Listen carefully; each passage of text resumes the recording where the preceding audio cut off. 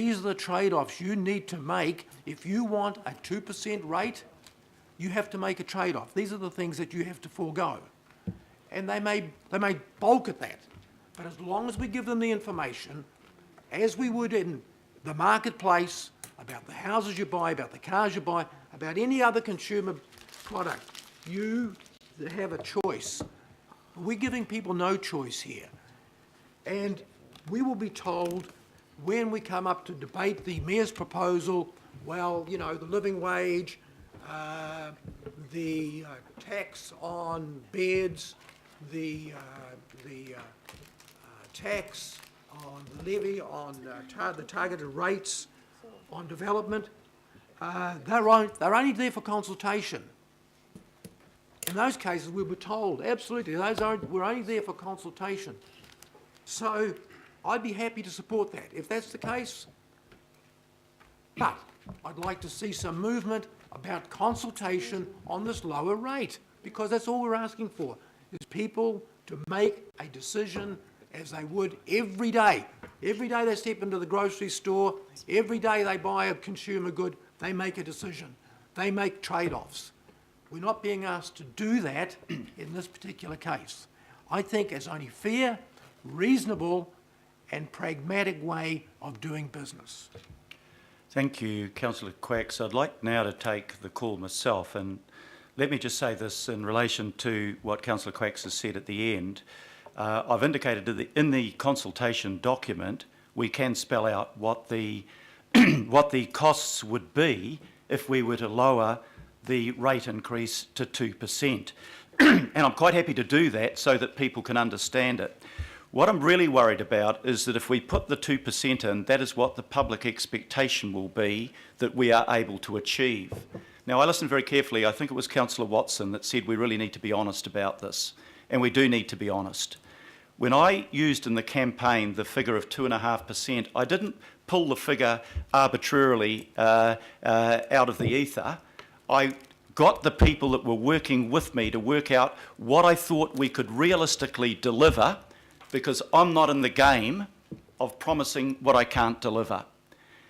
I have sought, since becoming Mayor, advice from my council officials, their professional advice.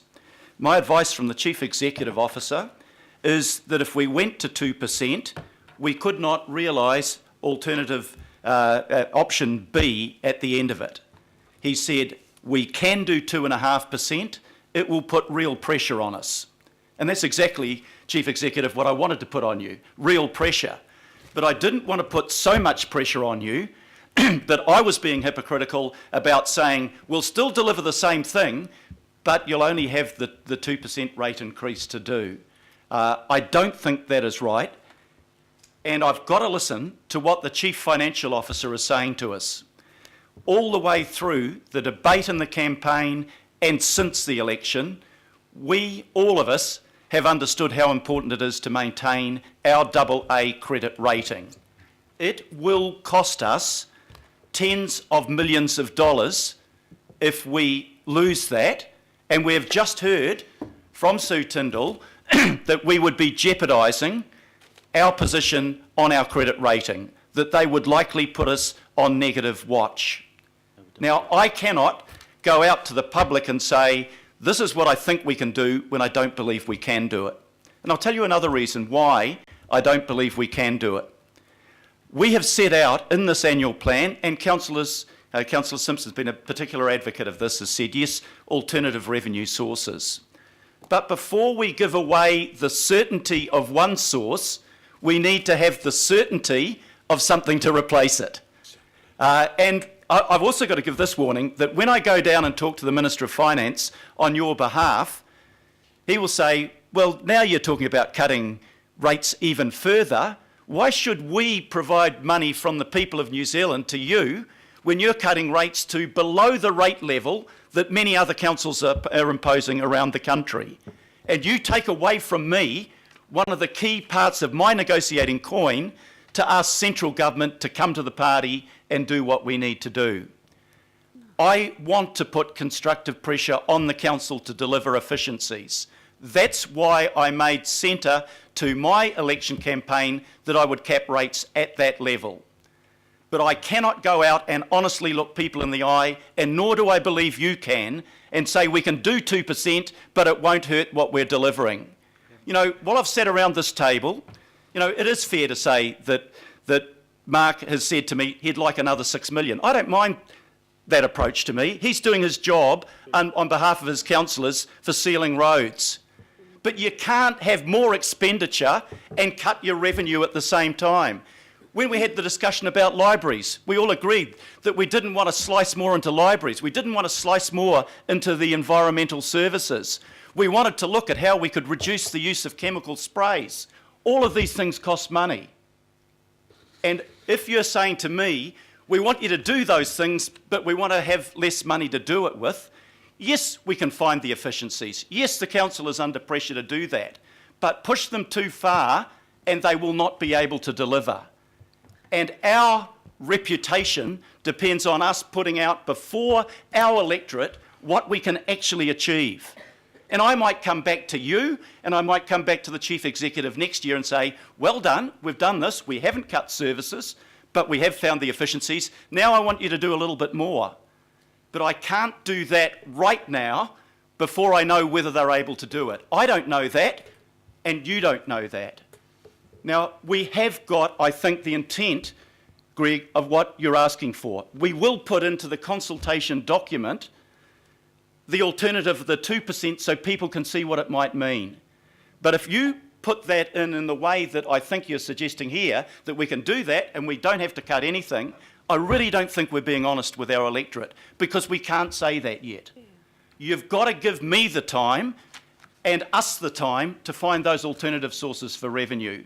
The 2.5% was the moderate middle road way of putting pressure on council to deliver efficiencies, which our electorates want, but at the same time preserving the quality of the services we give to our electorates, which they also want. And I just think that 0.5%, I think Councillor Hill said it, it's the equivalent of $1 a month. I think it's not much to us as individuals, but that $30 million makes all the difference to what the council can deliver within the time frame that we are giving them. So it's up to council as to whether they want to pass this resolution. But I've got to say openly and honestly to you that if we create the impression that we can do 2% but don't know we can do it, we are being misleading. We do know because the Chief Executive has told me that we can do 2.5%, and that's why I would urge you to stay with the original recommendation.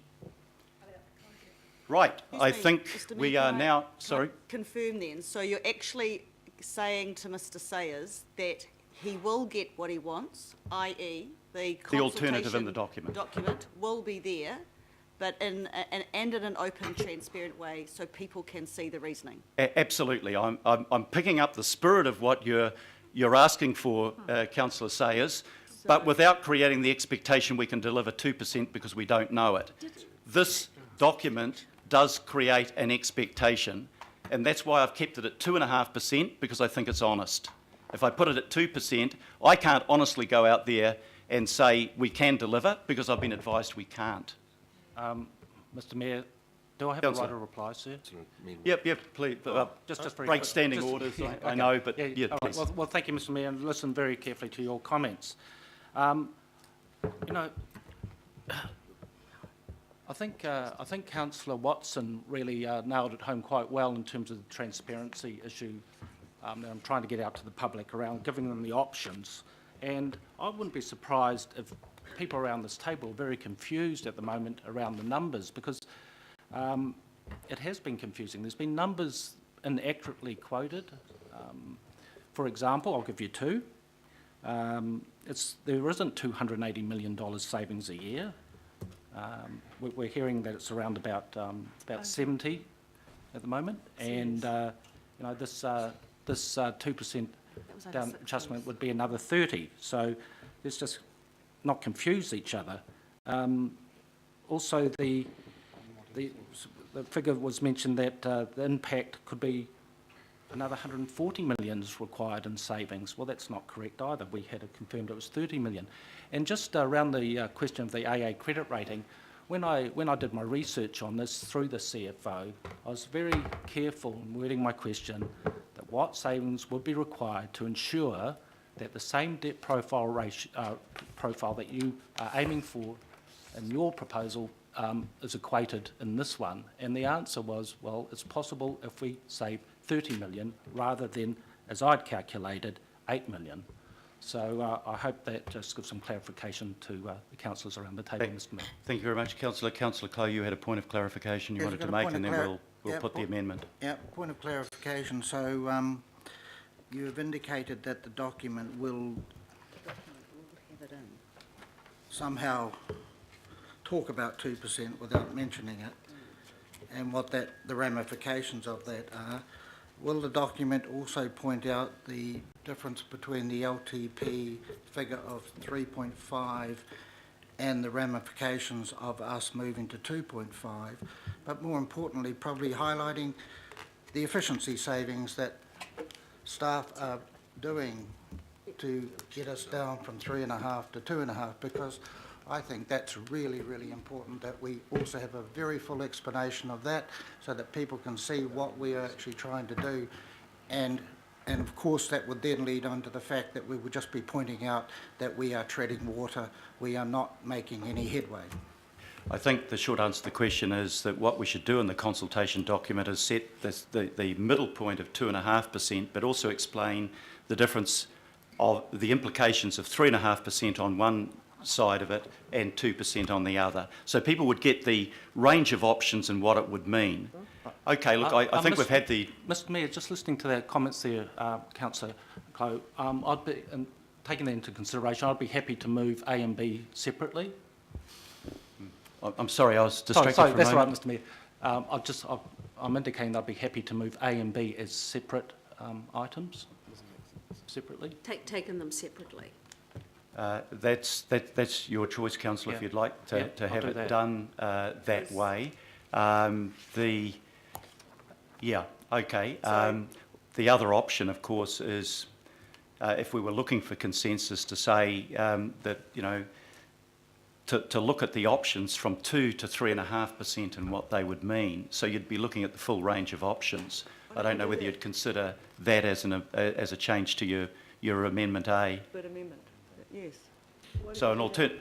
So you'd probably be wording it around what the alternative rate increases of 2 and 3.5% would mean in terms of savings required and other likely consequences. Would that might get a consensus around which everybody could agree. Mr Chairman, as the seconder of this, I would be happy to entertain that. I've suggested to Councillor Sayers that he might like to take A first and B. As you say, the point, I think, of political debate is around the implications of that. Yep. So if the consultation can actually show the implications to the public of a 2% through to 3.5% to accommodate the concerns that Councillor Clow's been expressing, then we arrive at a point. The purpose of this is simply to inform the public and to gauge their informed consent for how they wish to proceed. I think that's very constructive, Councillor Newman.